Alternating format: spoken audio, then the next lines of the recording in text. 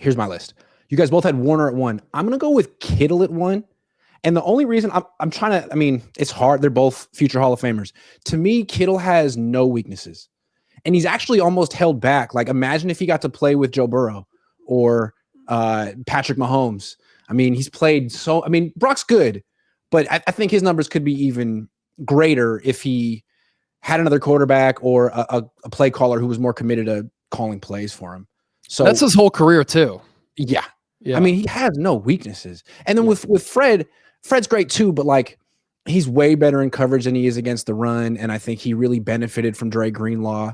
But I don't want to say anything too disparaging against Fred because he's a great player as well. So those are my 1 and 2 in that order. And it's almost 1A, 1B, really. But I'm going to go Kittle 1, Warner 2. I'm going to go Bosa 3 just because I feel like Trent's getting a little old. I feel like Trent doesn't even practice anymore. Bosa should be able to get the best of Trent in ways that he couldn't 3-4 years ago. Even though I feel like Bosa isn't quite the player he was before he signed his contract, the numbers still say he's like a good pass rusher, like his pass rush win rate. It's all very high. So he's in his prime. He is what he is. I mean, he kind of is a little bit of a freelancer when it comes to rushing the quarterback. I don't even know if they know which side he's going to like line up on. He just kind of decides I'm going the right side this time and everyone else reacts. But yeah, third, Trent fourth. Like with Trent, the question is him, like, does he still want to play football? And even if he doesn't want to play football, he's still like the 4th best player. Even if he's completely disinterested, he's still one of the best players in the league, which makes him kind of incredible. Question is how many games will he play? But when he's out there, he's going to be elite, borderline. So I think we can all kind of agree on the top 4. I think it gets subjective after that. So really quick, yeah. I feel like both of you had Nick Bosa a position higher than I had him. And I almost feel like you've changed my mind with how you talked about him and Trent. Nick Bosa's 27. He actually can still be on the ascension. Like, Oh yeah. I think we think of him, or I think of him as a little bit older because he's been good for so long and he's gone through major injuries in the past. But actually, like, if he has good health, he can play for many more years and only get better, especially if the talent around him gets better. Where even if Trent is healthy, there nothing against him. He's on the, decline of his career just based on his age. So that's kind of like what Grant said distinction about with Bosa. Kittle too. Like Bosa's never had an elite edge rusher opposite of him throughout his career. And so he's the one who's getting double teamed and chipped and hit a lot. Yeah. Yet still very good production. Okay, number 5. And again, I'm not putting too much weight on what someone did in 2023. I'm thinking about what they did last year and what I think they're going to do this year. So this is subjective. But number 5, Dominic Pooney. Okay. Dominic Pooney. I think I had Dominic him higher Pooney, on my list originally. He was the 6th highest graded guard in football last year, according to Pro Football Focus. Yeah. Now, we've seen so many rookies have sophomore slumps, and he's only done it once. But I think he's a hell of a player, and I think if he continues on this track, he'll be a foundational player that they'll have to re-sign. I mean, you can't let this guy go. He's really good. Dominic Pooney, number 5. All the offensive line experts nerded out at his film last year, and we saw it too. I mean, pull blocks, getting out in space, athleticism, pass blocking. He helped out Jake Brendel, who really struggled at center a lot. Brendel was lucky to have Pooney to his right. He helped out McKivitz too. Yeah, that too. Okay. Yep. He's going to be a Pro Bowler this year. That's my prediction. Number 6. This is going to really piss people. No, I don't know. Again, this is no shade on anyone else. I think this young player is really good. Renardo Green. Renardo Green had 12 PBUs last year. He played like 60% of the snaps. Lenore's great too, but this guy's bigger. He's, I don't know if he's faster, but I think he's got more potential. And I think he actually was playing at a higher level than Lenore down the stretch. Lenore, as good as he is still 5'10" and can get mossed. This guy is more built like Travarius Ward. So I would put him at 6. I would put Lenore at 7. I think those two corners are really freaking good. I think the Niners have no shade on anyone else. I think those corners are really good and would be good on any system, any team. It's not like just in a zone system or just with Robert Saleh. Those are really good starting cornerbacks. Number 8, I have Juwan Jennings. I think Juwan Jennings is like what he did last year was Brandon Ayuk in 2022. Yeah, he gets schemed open, but he was the 15th highest graded wide receiver in football last year. He's tough. Wow. He blocks. He's one of the best contested catch guys in the league. And again, I think he could produce on any team the way he produces. He's just not fast. But yeah, he's in his prime. And then 9, I would put Purdy. And I would put him at 9 just because, like, right in the Juwan Jennings. I think him and Juwan Jennings are like kind of similar. 7th round picks, like their weaknesses are so apparent. And yet they've found what their premium competitors, their leaders, they're off the charts in all the intangibles, but they're always going to be held back a little bit by their own weaknesses.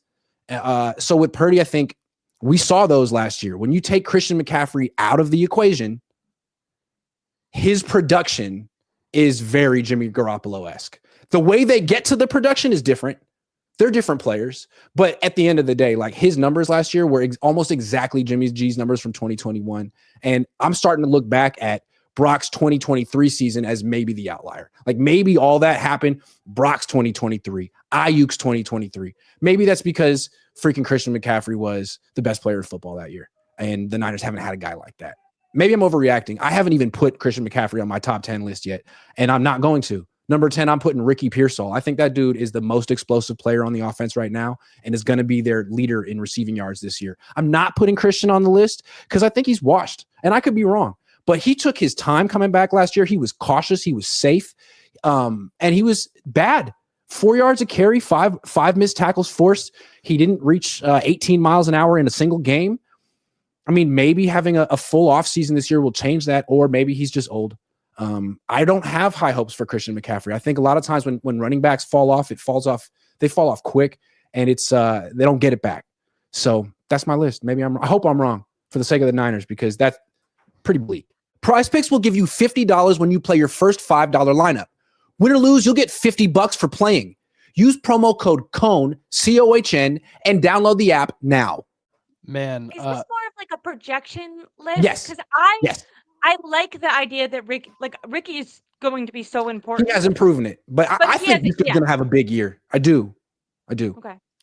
Ended the season very strong. The Detroit game, he was really good, and he's better had than over Jennings 100 receiving yards. The contested catch against Brian Branch, who's one of the top DBs in the game, was impressive.